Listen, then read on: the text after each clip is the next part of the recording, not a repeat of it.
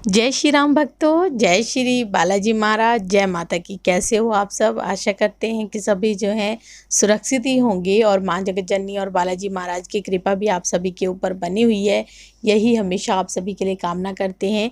तो आज हम जानेंगे कि क्या दैविक शक्तियों से जो है उनका अनुभव और उनसे बात की जा सकती है, किस तरह से करी जा सकती है, और जो है अंत तक बने रहिए, तभी आपको सारी वीडियो समझ में आएगी। अगर वीडियो अच्छी लगती है तो लाइक करें, शेयर करें, कमेंट करें, और अगर आप हमारे चैनल पे पहली बार ही देख रहे हैं तो चैनल को भी ज़रूर सब्सक्राइब करें। साथ में बेल आइकन है उसको प्रेस करें ताकि आने वाली हर एक वीडियो की नोटिफिकेशन सबसे पहले ही आपके फ़ोन में पहुंच जाए। चलिए शुरू करते हैं आज की वीडियो। जय श्री राम जी। जय श्री राम, जय श्री बालाजी महाराज। मेहंदीपुर की पवित्र कृपा आपके परिवार पर निरंतर बरसती रहे और माँ जगत जननी माँ अंबिके की कृपा आपके घर में अन्नपूर्णा रूप में वास करे। मन में बहुत सारी इस प्रकार की उमंगें उठती रहती हैं। क्या शक्तियों से हम वार्तालाप कर सकते हैं? क्या किसी भी प्रकार से हनुमान जी की कृपा से भी हम बात कर सकते हैं? क्या इस प्रकार का मन में रहता है कि जिस शक्ति की हम आराधना करते हैं, जिसकी नित्य पूजा याचना करते हैं, क्या वो हमारी बातों को सुन रही हैं? क्या हम भी उन्हें अपनी बात सुनाकर उनकी बातों को सुन सकते हैं? क्या हमारे पास वो इंद्रियां हैं? क्या वो उत्पन्न है? जिस प्रकार से महाभारत के युद्ध में आपने स्वयं देखा होगा, जब भगवान श्री कृष्ण अर्जुन को उपदेश दे रहे थे तो वो इंद्रियां उनके पास नहीं थी, लेकिन भगवान श्री कृष्ण ने स्वयं वो इंद्रियां संजय को दी और अर्जुन को दी। तो आप देखो कि क्योंकि भगवान भी चाहते थे कि वो संजय मेरी वार्तालाप को सुन रहा है और संजय देख रहा है, ये हाँ भगवान को पता था इस बात का। तो भगवान ने स्वयं चाहा, जब भगत की जब पूजा याचना एक सीमा तक हो जाती है और उस सीमा के बाद उसमें जब उबाल आने लग जाता है तो परमात्मा स्वयं विचल जाते हैं, उसकी भक्ति से प्रसन्न हो जाते हैं। उसकी नित्य जो 41 दिन के कलयुग में तो जिस प्रकार की भक्ति है सूक्ष्म बता रखी है, क्योंकि अगर जैसा देखा जाए करोड़ों पहले आयु लंबी थी तो तपस्या भी करोड़ों वर्ष की थी, तो उस प्रकार से कलयुग में आयु छोटी है तो तपस्या भी छोटी है। मात्र 41 दिन के अंदर आप किसी भी शक्ति से आप संपर्क कर सकते हो, लेकिन शर्त ये होती है कि आपके अंतर की भावना की तार उस परमात्मा से जुड़ने होने चाहिए। जब उस शक्ति के अधीन आप हो जाते हो, उस शक्ति को प्रकट करने के योग्य हो जाते हो, योग्य पुरुष ही उन शक्तियों को प्राप्त कर लेता है। और जब वो योग्य हो जाता है उस लायक, जब वो शक्ति उसको देख लेती है कि ये योग्यवान हो गया है, गुणवान हो रहा है, तब वो शक्तियां उसके संपर्क में उसको इंडिकेटर देने लग जाती हैं। इंडिकेटर का मतलब कई प्रकार के सिम्टम्स होते हैं। कुछ समय आने से पहले का अनुभव, कुछ समय आने से पहले का दर्शा देना, किसी के साथ गलत होना, उसको पहले ही उसके वार्तालाप उसको मन में इस प्रकार का एहसास उत्पन्न कर देना, और कहीं ना कहीं अगर किसी के साथ कुछ ऐसा विचारधारक होना वाला होता है तो उसके अपने आप ही मस्तिष्क में इस प्रकार के विचार उत्पन्न होने लग जाना, ये सब शक्तियों के माध्यम से ही होता है। शर्त ये होती है कि शक्तियां आपको समझ आए, मान लो आप शक्तियों के समझ में आ जाओ, ऐसी भक्ति उत्पन्न की जाती है। और वो भक्ति जब उत्पन्न हो जाती है, जब भगवान श्री कृष्ण ने देख लिया कई बारी जिस प्रकार हमारे शरीर में कई प्रकार की अज्ञानता होती है, हम बालाजी महाराज से, हनुमान जी महाराज से या माँ दुर्गा से इस प्रकार की विनय प्रार्थना करने लग जाते हैं कि हे माँ, हे बाबा, मुझे ये चीज़ चाहिए, और मेरा अगर ये काम ना हुआ तो बाबा क्या फ़ायदा मेरे जीवन का जीने का।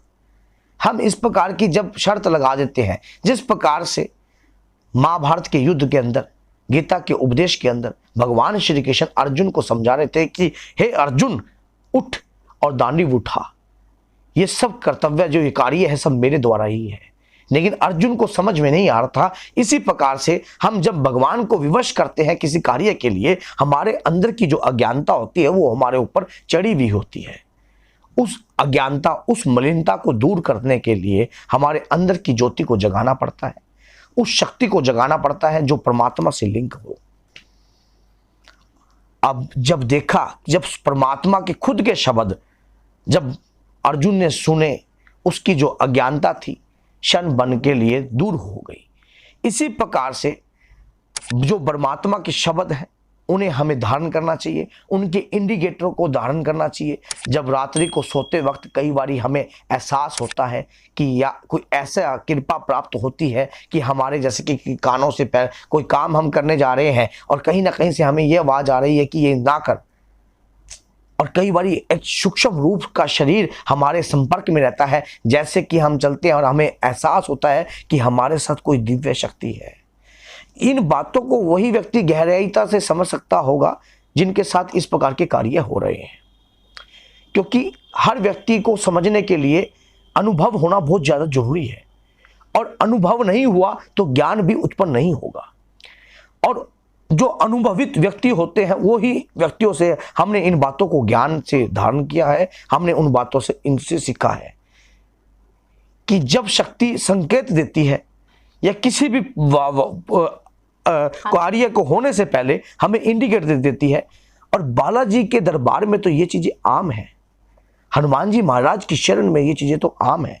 जैसा कि आप देखते हो कि प्रेत आत्मा किसी के शरीर में आकर जब लफ्ज बोलती है कि मैं तेरा फलाना, मैं तेरा ये, मैं तेरा वो, मैं तेरे घर का, मैं चुड़ैल से लगा, मैं चुड़ैल हूं, मैं फलाना हूं, जब हम मानने पे मजबूर हो जाते हैं, जो दिव्य शक्ति होती है उसकी अलग ही चाल होती है। वो जल्दी सी किसी की पकड़ में नहीं आती। सिद्ध पुरुष ही उन्हें जान सकते हैं, सिद्ध व्यक्ति ही उन्हें समझ सकते हैं और उनकी वार्तालाप को समझ सकते हैं। जो देव शक्ति होगी वो कभी भी उस शरीर का मानो नुकसान नहीं चाहेगी, कभी उस शरीर का नुकसान नहीं चाहेगी, क्योंकि और शरीर का भी ये कर्तव्य होता है कि उस शक्ति का वो कार्य भी खराब ना करे, क्योंकि जो हम शरीर उस शक्ति को देते हैं और वो शक्ति जब वो कार्य करने लग जाती है और हमारे शरीर पर अगर उस शक्ति को हम मलिन बनाने की कोशिश करेंगे, मलिनता की तरफ लेके जाएंगे, गलत प्रकार का बोझ खिलाएंगे, गलत प्रकार का कार्यक्रम करवाएंगे, तो वो भी अपनी मलिनता के लिए हम शक्ति को विवश कर रहे हैं। तब वो शक्ति हमें इंडिकेटर देती है, कई प्रकार से इंडिकेटर देती है। हमें स्वप्न में इंडिकेटर देती है, हमारे घर में छोटा मोटी ट्रेजेडी होने से पहले हम संभल गए तब भी इंडिकेटर दे रही है कि संभल जाओ, संभल जाओ, संभल जाओ। ये शक्तियों से जो वार्तालाप है हम इस प्रकार की कर सकते हैं भगवान के द्वारा ही, क्योंकि जिस प्रकार से आपको पता है कि ये निराकार रूप की शक्तियां होती हैं, जैसे इनका कोई आकार नहीं होता, जिस प्रकार से हवा को सिर्फ महसूस किया जाता है उसी प्रकार से शक्तियों को भी महसूस किया जाता है। उनके इंडिकेटरों को समझा जाता है, उनकी सरलता को समझा जाता है, उनकी पहचान को समझा जाता है। जब हम उस शक्ति के विरुद्ध कार्य करने लग जाते हैं तो वो शक्ति भी हमारे विरुद्ध कार्य करने लग जाएगी, क्योंकि जब हम वो किसकी कृपा से आई है, जिस इष्ट की हम आराधना कर रहे हैं, जिस देवता की हम पूजा कर रहे हैं, अगर उस देवता की जगह पर तारीफ हो रही है तो वो शक्ति दुनिया जान के आपके प्रचारक रूप में आपके शरीर पर कार्य करेगी। जब कहीं पर अगर आपके इष्ट देव की बुराई हो रही है तो शक्ति तन की भी बर्दाश्त नहीं करेगी। अगर ऐसा कार्य हुआ आपके अंदर का शरीर अपने आप ही आपको महसूस करेगा। जब आप पूजा करते हो, पूजा करते समय शरीर में कई प्रकार के रोंगटे खड़े होते हैं, शरीर में कई प्रकार का करंट उत्पन्न होता है, कईयों को किसी भी प्रकार का ये भी एक किस्म की एनर्जी है आपके शरीर की, जो किसी शक्ति के संपर्क में आने के बाद शरीर के अंदर वो एनर्जी जो है उत्पन्न होने लग जाती है। इस प्रकार की शक्तियां जब हमारे शरीर में दौड़ती हैं और हमें इंडिकेटर देती हैं, हमें अच्छा बुरे का संकेत देती हैं, हमारे अंदर अचानक ही ये विचार किस प्रकार से उत्पन्न होने लग जाता है कि जैसे कि हमें पता लग जाता है कि ये कार्य गलत है और ये कार्य करने से हमारे घर का नुकसान होगा, हमारे पितरों का नुकसान होगा, हमारे कल्याण, हमारे घर का खानदान का नुकसान होगा, हमारे देव शक्तियों का नुकसान होगा, हमारी कुल देवी को दोष लगेगा। कैसे? शरीर के अंदर जो ऊर्जा, आपके शरीर में जो ऊर्जा वास कर रही है अपने इष्ट के प्रति, उस ऊर्जा ही आपको संकेत दे रही है कि यह कार्य इनको ना किया जाए। इन चीजों को समझने के लिए आपको सरल होना पड़ेगा। सरल का मतलब होता है कि शून्य। जब आप इष्ट देव के प्रति शून्य हो जाते हो तो आपके ऊपर अपने आप, अपने अंदर से वो शक्ति आपके ऊपर अपने आप ही कृपा करने लग जाती है। हमें मांगने से कभी भी भगवान के आगे हम जब कभी भी कोई चीज मांगते हैं तो परमात्मा को सबसे पहले पता होता है, क्योंकि वो तो निराकार रूप है, सब जानता है, सर्व जगह व्यापी है। हर जगह रहता है, कण कण में वास करता है, हर व्यक्ति के शरीर में वास करता है, आत्मा स्वरूप में वास करता है, क्योंकि आत्मा स्वरूप परमात्मा का ही है। जब वो शक्ति इन बातों को समझने लग जाती है तो आप सोचो कि वो उनसे मांगने से पहले वो हमें वो चीज अपने आप ही उपलब्ध करवाती है। जब हम सच्चे होते हैं, नेक रास्ते पे चलते हैं, परमात्मा की शरण के रास्ते पे चलते हैं, तो क्या वो हमारे कार्य को पूर्ण नहीं करेगी? पूर्ण करती है। सिर्फ आपके अंदर की भावना उत्पन्न होनी चाहिए। शक्तियों के संपर्क में आप कर सकते हो, शक्तियों से वार्तालाप कर सकते हो, सिर्फ आपने समझने की ताकत होनी चाहिए। प्रेत व्याधा को तो हम समझ नहीं पाते। अगर किसी के अंदर से कोई 2 मिनट में कोई आत्मा आ गई, मैं फलानी, मैं काली, मैं ये, मैं वो, हम उसी को वही मान लेते हैं जो वो बोलती है। नहीं, समझने के लिए अपने आप को समझना बहुत ज्यादा जरूरी है। अपने अंदर की ऊर्जा को समझना बहुत ज्यादा जरूरी है। जिस इष्ट की आराधना कर रहे हो, उस इष्ट को समझना बहुत जरूरी है। जिस गुरु के सानिध्य में आप जा रहे हो, उस गुरु की कृपा को समझना बहुत जरूरी है। जिस दिन इस प्रकार की शक्तियों का ज्ञान आपको उत्पन्न होने लग जाएगा तो आप शक्तियों से किसी भी प्रकार की वार्तालाप कर सकते हो। शक्तियों से वार्तालाप करना कोई मुश्किल नहीं है।